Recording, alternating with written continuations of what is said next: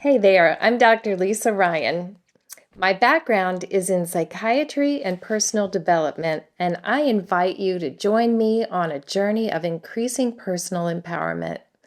Today, I will broach the subject of disappointing responses that leave us feeling unappreciated. This could be at work, school, or home when you made that great dinner. Someone I know requested this topic. I thought, perfect, this is the gift giving season. Everybody doesn't like what we give them. Disappointment in how someone responds to us or our efforts can ruffle our feathers or really hurt. I know I've tried really hard before, whether it was a work assignment I did, a gift I bought, or an event I planned, only to get a lackluster response. Depending on the effort involved, it can feel like our efforts have fallen flat if we get a poor response, or worse, no response. Failure to communicate gratitude actually conveys ingratitude. This doesn't mean that what we did wasn't appreciated. It just means that we didn't get the signs of appreciation we were looking for. There's a difference, and we need to stay aware of that difference. Jumping to conclusions about what someone else is thinking can really mess us up. I went to nursing school before I went to medical school. Back then, I would write what was called a nursing process for each new patient. It was full of specific goals, such as the patient will walk 100 steps in less than 10 minutes by a certain date. It was used to measure progress and keep the nurse sharp as to what the patient needed. I thought I did a good job on my processes, but my papers always came back with a zillion red marks. Other people got smiley faces and good job comments. I didn't think mine were bad, and it was terribly discouraging. I almost quit nursing school.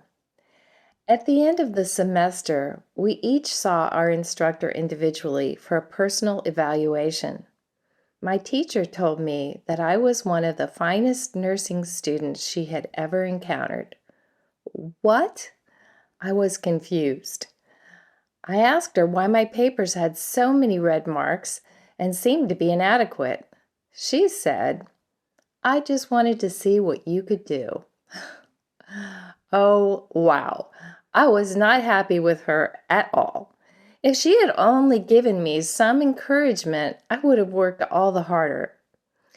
My point here is that I knocked myself out to do a good job, didn't get a good response, but I read the situation all wrong. So there was a lesson for me. When I make a good effort to do something, the person who needs to recognize it first and foremost is me. If you make the effort, then it's you. We can be our own cheerleaders, no matter what anyone else says or does. Is this easy? No. Is it our first inclination to acknowledge ourselves? No. But is this a great plan for self-care? Yes. There are many ways of thinking about things that are not our default thought pattern, but are nonetheless valid and empowering. In this holiday gift-giving season, we sometimes put a lot of effort into pleasing someone. My sister and I talked long ago about how we would spend so much time and energy trying to get just the right thing for someone. I finally realized that just doing my reasonable best was good enough. It really doesn't make sense to go too overboard in effort because our taste is never going to be exactly like someone else's taste. Sometimes I see a gift and it reminds me of someone. That's great when it happens because it's usually a winner. If we put excessive effort or money into our gift-giving process, work, or project, and don't get the response we were hoping for, it's disappointing and can even hurt. This is a little sidetracked, but one time I opened a gift. It was a mug that said, "World's Greatest Grandmother." My young granddaughter blurted out, I didn't choose that. It was pretty funny, but still not what I wanted to be hearing. Kids say what they are thinking. It would be nice to be able to be perfectly honest without hurting people. Unfortunately, grown-ups tend to get bent out of shape when people are bluntly honest. As time goes by, we want to grow thicker skin and have compassion for those who don't get the impact of their behavior. Yes, having compassion for the person who doesn't express gratitude well is a good idea. And if it's a repeat pattern, maybe we need to have a gentle talk with them. As to gifts, here are some ways we can protect ourselves when we make an effort to do something nice. First, make sure that it's within your budget. What matters most is the thought that we put into the gift. I thought it was sweet when my son asked me about proposing to the girl he wanted to marry. I told him he didn't have to do something expensive, but it needed to be something thoughtful. She said yes. Second, though it's great to put thought into a gift, don't go too overboard like my sister and I used to do. In this day and age, people can make lists of what they want and post them to Amazon.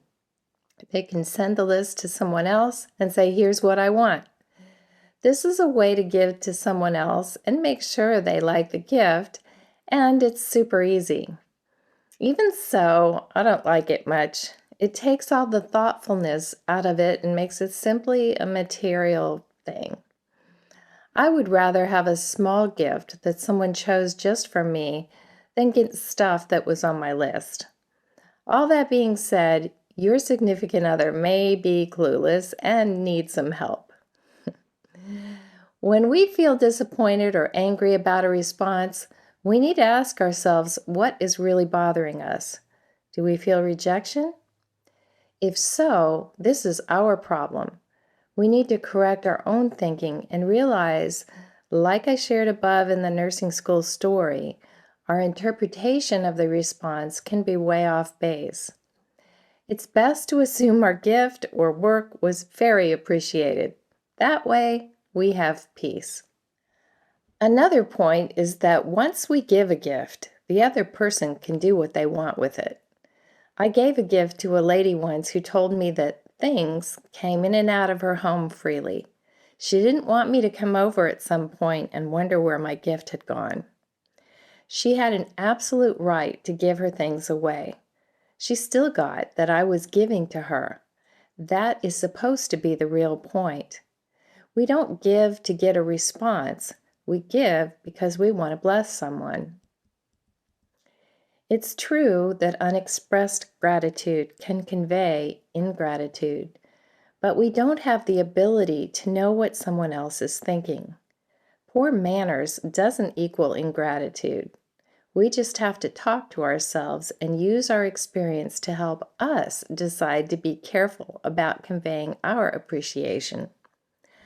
I had a friend that was so enthusiastic about things, even little things. I learned from her how nice that is. If you're not enthusiastic or great at expressing gratitude, then the disappointing response you encounter can be a reminder to make sure you do better. Our own growth is what we're responsible for, and it's all we have power to affect. People will disappoint us in their responses, so when it happens again, let's take an empowered stance. We don't have to keep knocking ourselves out in any unresponsive environment. We can change jobs or develop an attitude that says, "I'm simply doing my best because this is my job. I will acknowledge myself." With our housemates, we can talk about expressing gratitude to one another and what makes an individual feel appreciated. Where gifts are concerned, we can stop giving them to people who don't act appreciative, or if we really think they're not appreciative. May you show your appreciation everywhere you go and let it roll off your back when someone doesn't get just how amazing you and your efforts are. I'm sending love and wishes for a great holiday season to all of you.